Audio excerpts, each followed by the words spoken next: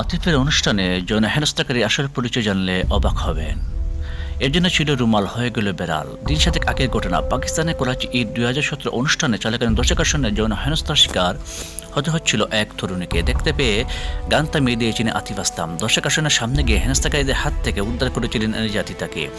এ ঘটনা প্রকাশ্যে আসতেই আতিফকে নিয়ে আলোচনা শুরু হয় দেশ বিদেশে। কিন্তু 7 দিনের ব্যবধানে এই ঘটনা যে এতটাই পাল্টে যাবে তা বোধহয় ভাবতে পারে না খোদ গায়কও। এতদিন প্রকাশ্যে এলো ঘটনা উল্টোপিঠ। ডেইলি পাকিস্তানে খবর অনুযায়ী এই হেনস্থাকারীদের ভুল বুঝেছিলেন আতিফ, কারণ তার আদতে নাকি ছিলেন নিরাপত্তা রক্ষী। এই দলের এক সদস্যের কথায়, সেদিন সন্ধ্যায় আমাদের কাজ ছিল পাঁচ ছাড়া যাদের কেউ ভিআইপি সেকশনে এসে না পড়ে সেদিকে লক্ষ্য রাখা।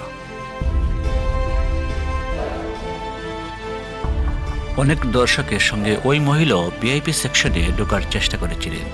আমি প্রথমে বিনীতভাবে তাদের ভিআইপি পাস দেখানো অনুরোধ করি। তারা থানা দেখিয়ে হঠাৎই আমাকে চড় মারে, নখ দিয়ে মুখ আছড়ে দিল। উপস্থিত সকলকে আমাদের বিরুদ্ধে খেপিয়ে তুলেন। ওর সঙ্গে এক পুরুষ দর্শক ছিলেন, তিনি আমাকে লাথি মারেন। সে সময় আমাদের দেখতে পান আতিফ আসলাম।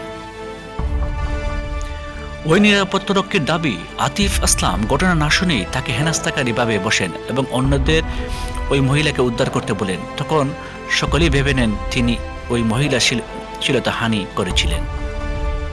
আক্ষেপ, এই সমাজে কেউ পুরুষদের কথা শোনেন না। বিশেষত কোনো মহিলা যদি অভিযোগ করেন, তাহলে অধিকাংশ ক্ষেত্রেই আসল সত্য বিচার করার আগেই পুরুষটিকে হেনস্থা করা হয়। তদন্তের স্বার্থে এতদিন মুখ খুলেন এই নিরাপত্তারক্ষী, তবে তার কথার মধ্যে কতটা সত্যতা রয়েছে তাও তদন্ত সাপেক্ষে বলে মনে করেছে অনেকে, যদিও এ ব্যাপারে এখনো কোনো মন্তব্য করেননি খোদ আতিফ আসলামও।